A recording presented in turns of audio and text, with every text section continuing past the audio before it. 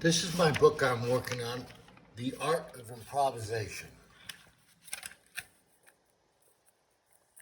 Now, many musicians can improvise, but people that are highly skilled musicians, like classical musicians, cannot improvise often. And I was in that camp, and I'm going to show you how I went through this breakthrough. Improvisation is spontaneous composition on your instrument. You want to learn how to improvise? I surely can help you with this because I was a classically trained musician and I could not improvise at all. Now I improvise better than I play music or read music. Improvising is super rewarding. It's fun, creative, and explosive. I'm going to share with you just some of the reasons of improvisation. When you play your instrument, your brain activity is explosive. When you improvise over the top of one of your favorite songs, you now put your own signature on it. You're not just playing it like a robot, like someone in a classical concert at a university. It's like, could you imagine how many, if Debussy was there, how sick he would be to hear 400 Asian women play Debussy perfectly? He would be like, oh my gosh, give me a gun. Look at the brain scans. Neurologists, you'll find out how active the brain is when you listen to music. But check this out. When you actually play the instrument, there's no other explosive brain scans that the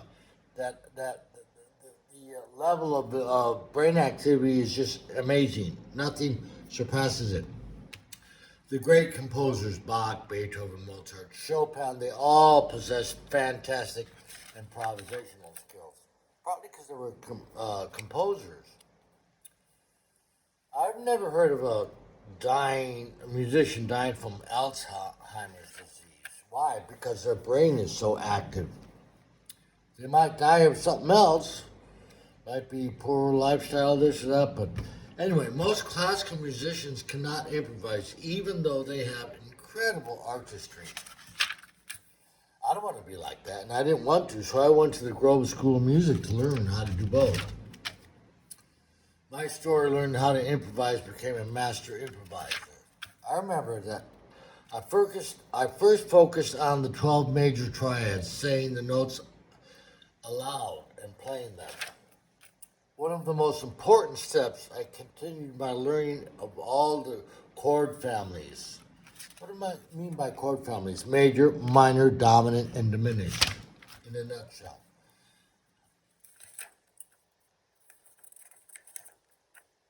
This is where real progress was made. The change from sounding like an exercise to music. My teacher, which was a graduate from Juilliard, a great lesson. I was learning my first Chopin etude, the famous Revolutionary etude. This transformation, my teacher, over the entire scale, what he did is he wrote out the chords throughout the entire score with me together.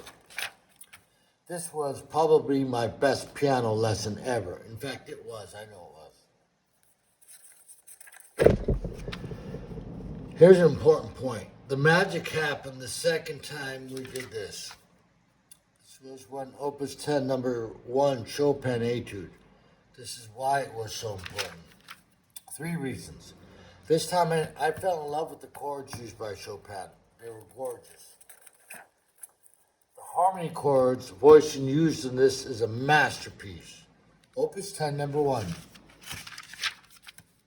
Chopin dedicated this etude to his mother, Franz Liszt. You think he's going to do that to anybody? Heck no. This was a profound agreement on the chords and harmony of this etude. If Chopin dedicated this etude to Franz Liszt's mother, because this is a masterpiece of harmony, and Chopin was not a person that bragged. It's 40 years later. I still use this etude for study and improvisation because it is such a masterpiece. I've improvised over these chords hundreds of times, so it never gets old. One piece, 100 lessons. So I highly recommend you find some piece of music, something with chords you love. This worked very well for me. Start simple. It could be just 3 chords you love from a simple pop tune. When you improvise, become aware of this question. Am I playing in time or rubato? Playing time versus rubato. Time is king. You must master time. You must be able to play with a metronome and play with perfect time with other musicians. Strict time.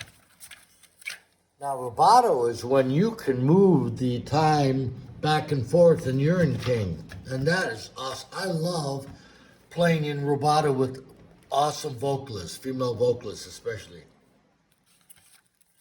Great time. How do we achieve this?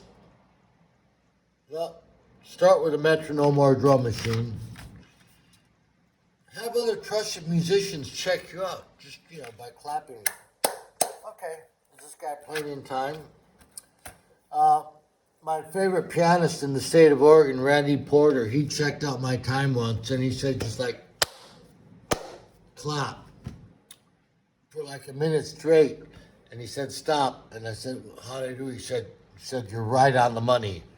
And that's what you want to hear. Don't practice mistakes. Okay, so my book, it's in the works. Thank you. God bless you. I love you.